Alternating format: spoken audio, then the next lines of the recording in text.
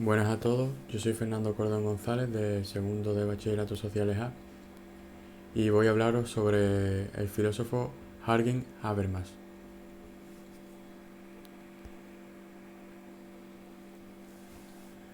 Habermas nació en Düsseldorf, en Alemania, el 18 de junio de 1929. Es un filósofo y sociólogo alemán reconocido en todo el mundo por sus trabajos en filosofía política, ética y teoría del derecho, así como en filosofía del lenguaje. Habermas estudió filosofía, historia, psicología, literatura alemana y economía en las universidades de Göttingen, Zúrich y Bonn. En 1954 defendió en la Universidad de Bonn su tesis doctoral sobre el tema el absoluto y la historia de las discrepancias en el pensamiento de Schelling, que aún hoy en día se mantiene inédita.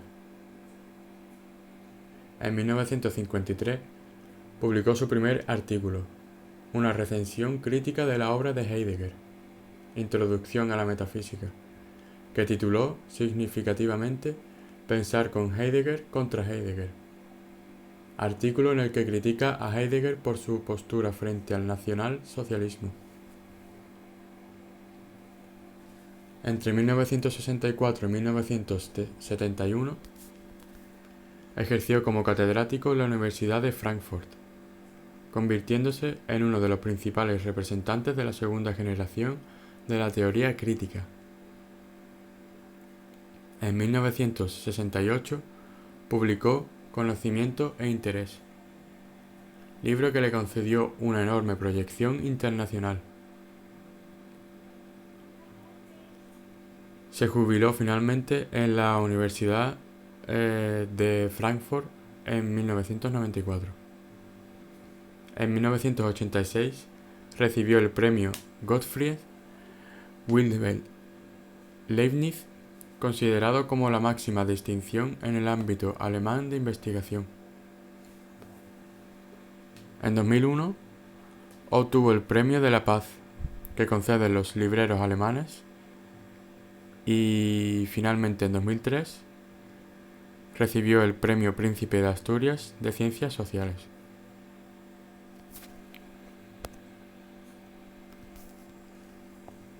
Entre sus obras más importantes podemos destacar en 1962 Historia y Crítica de la Opinión Pública, en el 63 Teoría y Práctica, en el 67 La Lógica de las Ciencias Sociales, en el 68 podemos encontrar dos, Conocimiento e Interés, citado antes, y Ciencia y Técnica como Ideología. Y en el 73 podemos encontrar otros dos, Cultura y Crítica, y finalmente La crisis de la racionalidad en el capitalismo evolucionado.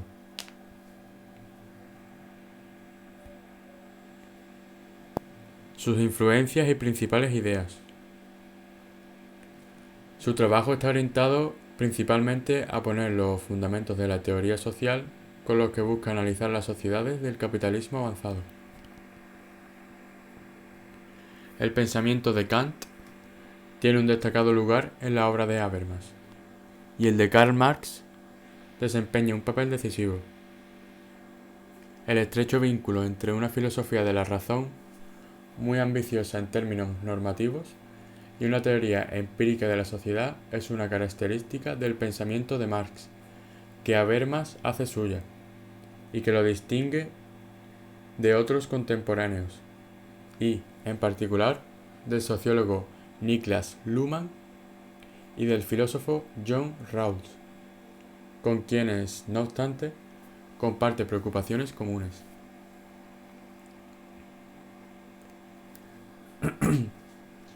La integración de filosofía y ciencia social en una teoría crítica de la sociedad es el rasgo distintivo de la obra habermasiana.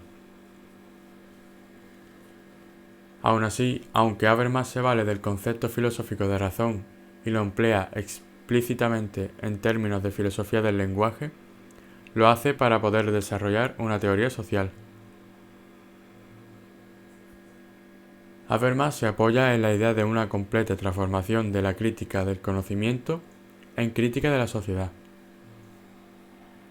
De ahí que resulte unilateral entender a Habermas como mero filosófico de la fundamentación argumentativa y de la ética discursiva. Su primera gran obra fue escrito de habilitación en 1962, traducido al español como Historia y crítica de la opinión pública.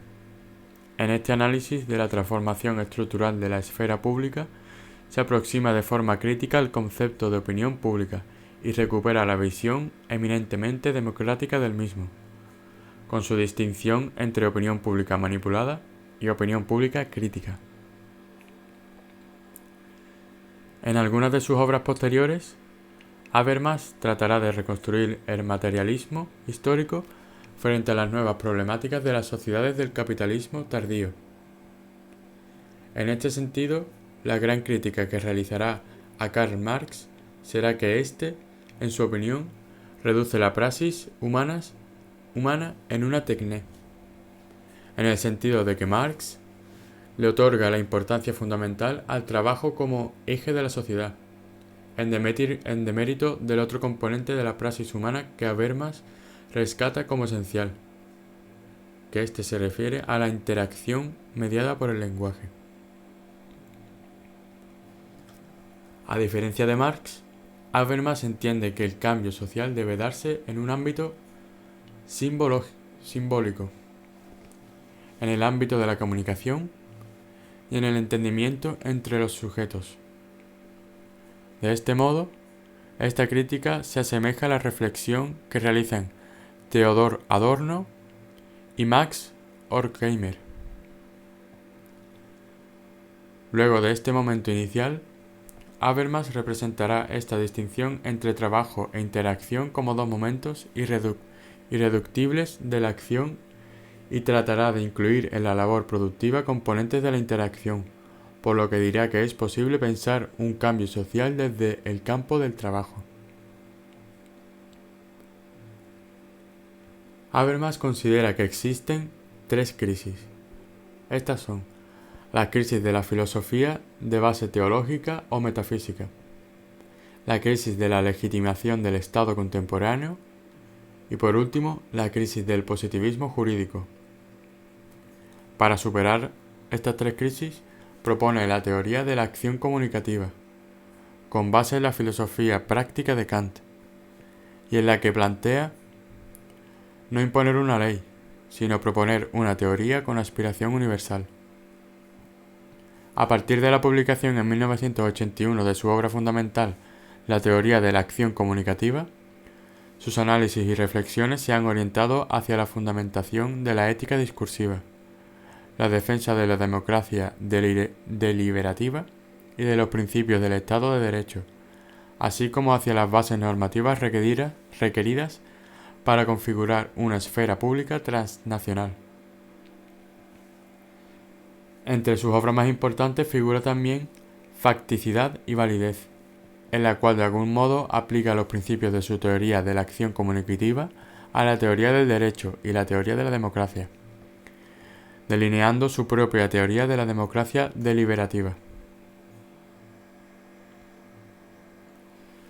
Pasamos a ver algunas frases más importantes que dijo Habermas. La primera, la redención discursiva de una pretensión de verdad lleva a la aceptación racional, no a la verdad. Avergüénzate de morir hasta que no hayas conseguido una victoria para la humanidad. Una frase muy motivadora. La irresponsabilidad por los daños forma parte de la esencia del terrorismo. Un poco impactante, refiriéndose al terrorismo. El capitalismo ofrece una legitimación del poder, que ya no baja del cielo de las tradiciones culturales, sino que puede obtenerse desde la misma base del trabajo social, defendiendo así el capitalismo. El positivismo significa el fin de la teoría del conocimiento, que pasa a ser sustituida por una teoría de las ciencias. Llamo intereses a las orientaciones básicas enraizadas en las condiciones fundamentales de la posible reproducción y autoconstitución del género humano, es decir, en el trabajo y la interacción. Y finalmente la última frase. El sentido del conocimiento y, por tanto, también la medida de su autonomía no se puede explicar de ningún modo si no es mediante el recurso a su relación con el interés.